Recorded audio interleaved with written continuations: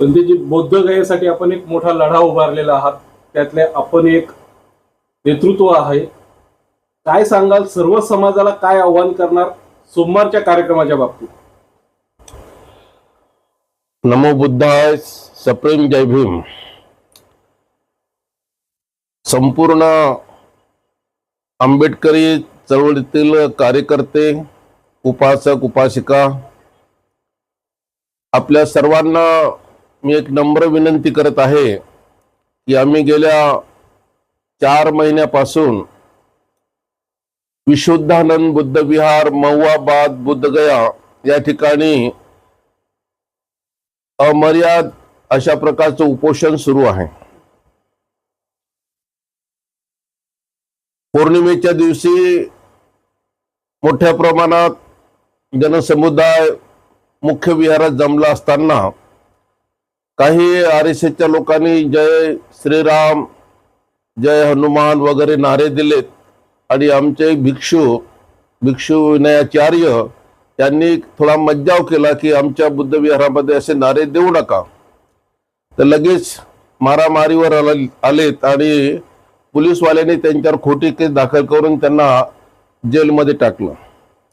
ते आता निटकेच जेलमधून सुटलेले आहेत आणि त्यांनी नागपूरवरून पंचशील धम्मध्वज रॅलीचं आयोजन केलेलं आहे. येणाऱ्या 25 तारखेला औरंगाबाद शहरामध्ये ते येत आहेत.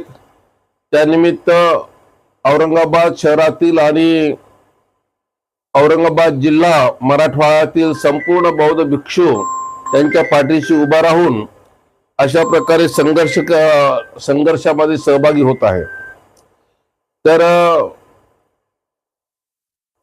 25 तारखेला सकाळी 10 वाजता क्रांती चौक या ठिकाणावरून भव्य अशा प्रकारे मिरवणुकीचं आयोजन केलेलं आहे. बुद्ध लेणीला मोठ्या सभेचं आयोजन केले आहेत. लाखोच्या संख्येने संपूर्ण औरंगाबाद जिल्ह्यातील लोक बुद्ध लेणीच्या पायथ्याशी एकत्र येणार आहेत आणि भिक्खू विनाचार्य आणि त्यांच्या सोबत असलेला भिक्खू संघ आणि औरंगाबाद मधील भिक्खू संघ जाहीररित्या धम्मदेशना देऊन महाबोधी महाविहार कशा प्रकारे संकटात सापडलेला आहे, त्यातून कशी मुक्तता करता येईल यावर मोठा अशा प्रकारचा विचार विनिमयाचा कार्यक्रम आयोजित केलेला आहे. खरं तर अनागारिक धम्मपालापासून तर आतापर्यंत खूप मोठे संघर्ष झालेले आहेत.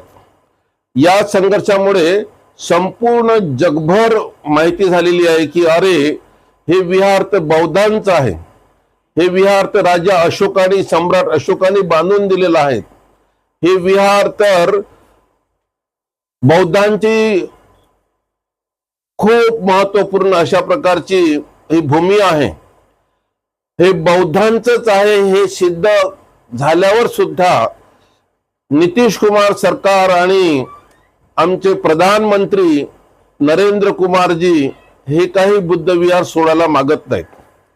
कारण मोठ्या प्रमाणामध्ये जे काही दान जमा होते ते संपूर्ण या लोकांच्या तिजोरीत जाते.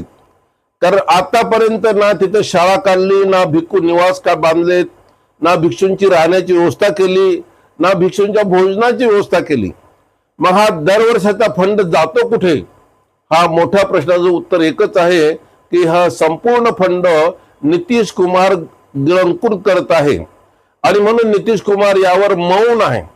नितीश कुमार अक्षरशः त्यांनी हिंदू लोकांना प्रवज्या देऊन, हिंदू लोकांना श्रामणेर दीक्षा देऊन त्या ठिकाणी अशा प्रकारचे खोटे भिक्षू बसवून ठेवलेत, ज्यांना वंदना येत नाही, ज्यांना कुठल्याही प्रकारचे प्रवचन येत नाही, ते फक्त चिवर घालून मिरवत आहेत. आणि म्हणून हे खोटे धंदे बुद्धाच्या विहारात बंद व्हावेत यासाठी हा फार मोठा मोर्चा याचं आयोजन केलेलं आहे. बौद्ध बांधवांना विनंती आहे की त्यांनी खूप मोठ्या प्रमाणामध्ये उपस्थित राहून आपल्या बुद्धगया मुक्तीसाठी आपला वेळ, अमूल्य वेळ देऊन भावी पिढीसाठी एक नवा आदर्श ठेवावा अशी मी विनंती करत आहोत. या रॅलीचं वेळ आणि मार्ग कसा असणार आहे? या रॅलीचा वेळ असेल सकाळी 9:30 ते 10 क्रांती चौकापासून सुरुवात होईल.